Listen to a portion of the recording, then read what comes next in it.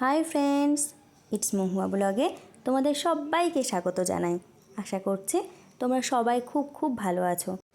আজ আমি তোমাদের সাথে গাজরের হালুয়ার রেসিপি শেয়ার করব।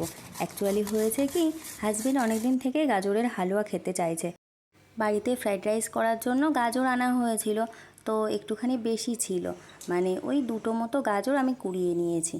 কুড়িয়ে এখানে দেখো কড়াইতে আমি ওই 3-4 চামচ মতো ঘি দিয়েছি, আর ওর মধ্যে একটা তেজপাতা আমি মাঝখান থেকে ছিঁড়ে দিয়ে দিয়েছি। দুটো গাজর এখানে আমি খুব বেশি মোটা সোটা গাজর নেইনি, এখানে মাঝারি সাইজের দুটো গাজর নিয়েছি। বিয়ের আগে অবশ্য একবার ও বাড়িতে করেছিলাম গাজরের হালুয়া, কিন্তু সেদিন ভালো হয়নি, জানি না ঠিকঠাক হয়তো বানাতে পারিনি। তো আমি একটুখানি ভয়ই পাচ্ছিলাম যে কেমন হয়, আবার একবার তো ভালো হয়নি। তো মা বলল যে বানাও, আমি তো পাশেই আছি, আমি দেখিয়ে দেবো। গাজরটাকে তো খুব ভালোভাবে ঘিয়ে ভেজে নিতে হবে। এক সাইডে আমি গাজর বসিয়ে দিয়েছি, আর এক সাইডে দেখো দুধ বসিয়ে দিয়েছি। এখানে আমার 500 ml মতো দুধ রয়েছে। এটাকে আমি ভালোভাবে জাল করে নেব, একটু ঘন করেই জালটা করে নিতে হবে।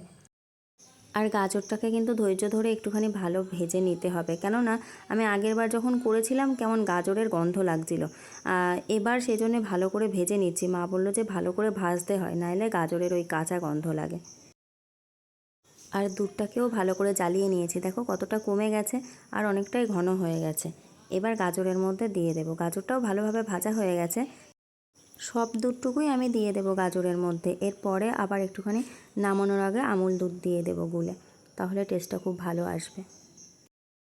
দুধটা আমি তো দিয়ে দিয়েছি, এবার ভালো করে মিশিয়ে দিতে হবে, একটা খুন্তি দিয়ে সুন্দর করে মিশিয়ে দিতে হবে। দুধটা দেওয়ার পর কি সুন্দর কালার লাগছে দেখো। অবশ্য লাইটের একটুখানি সমস্যা হচ্ছিল, রাত্রে বানানো তো, সেজন্য লাইটের একটুখানি ছায়া ছায়া পড়ে যাচ্ছে, কিন্তু সত্যি বলতে কি কালারটা খুব দারুণ এসেছিল। আর আমি কিছুটা কাজু ভিজিয়ে রেখেছিলাম, বেশি না অল্পই, সেগুলোও দিয়ে দিয়েছি। আবার ভালোভাবে নাড়িয়ে চাড়িয়ে নিতে হবে। আর দেখো এখানে অল্প একটুখানি জল গরম আমি নিয়ে নিয়েছি, আর তার মধ্যে ওই 3-4 চামচের মতো আমুল দুধ দিয়ে দিয়েছি। এবার এটাকে ভালো করে গুলে গাজরের মধ্যে দিয়ে দেব।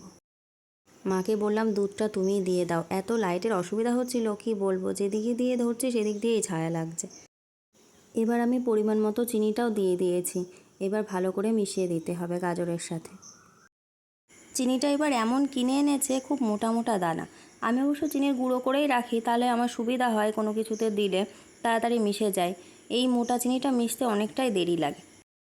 গুঁড়ো চিনিটা দেখছি ফুরিয়ে গেছে, এজন্য এটাই ব্যবহার করতে হচ্ছে, কী আর করা যাবে। যাই হোক, এবার আমি লবণ দিয়ে দিয়েছি স্বাদ মতো, অল্প সামান্য একটুখানি। লবণটা দেওয়ার পর আবার ভালোভাবে মিশিয়ে নিচ্ছি, আর মাঝে মাঝে খুন্তি দিয়ে এরকম একটুখানি নাড়তে হবে, না হলে এই কড়াইতে লেগে যাবে। লবণ চিনি তো আমার স্বাদ মতো দেওয়া হয়ে গেছে। লাস্টে শুধু একটুখানি নামানোর আগে এলাচের গুঁড়ো দিয়ে দেব। তার আগে একটুখানি দুধের সাথে ভালোভাবে ফুটিয়ে নিতে হবে গাজরটাকে। গাজরটা যেহেতু আমার ফ্রিজের মধ্যে 2-3 দিন ছিল রাখা, সেজন্য একটুখানি শক্ত হয়ে গেছে। দুধের সাথে ভালোভাবে না ফোটালে না, এটা মুখের মধ্যে কচকচ করবে, সেটা মোটেই ভালো লাগবে না। গাজরটাকে ভালোভাবে ফুটিয়ে নিয়ে আমি এখানে একটুখানি এলাচের গুঁড়ো দিয়ে দিয়েছি। এবার একটুখানি ঘি দিয়ে আমি নামিয়ে নেব। দেখো এই বাটিটার মধ্যে আমি 2 চামচ ঘি নিয়েছিলাম, ঘিটা বাটির মধ্যে জমে গেছে, সেজন্য আমি একটুখানি গরম দুধ দিয়ে গুলে নিয়ে এটা দিয়ে দেব। রান্নাটা আমার হয়ে গেছে, এবার গ্যাসের ফ্লেম অফ করে দেব। আমরা এরকম পাতলা পাতলাই খেতে ভালোবাসি। এবার তোমরা যদি আর একটুখানি ঘন করতে চাও, জ্বালিয়ে নিতে পারো, অসুবিধা নেই।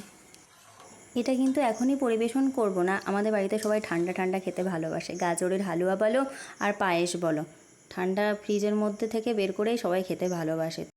আর এই হালুয়ার মধ্যে যেহেতু ঘি দেওয়া আছে, সেজন্য ফ্রিজের মধ্যে ঠান্ডা হলে আর একটুখানি বসে যাবে।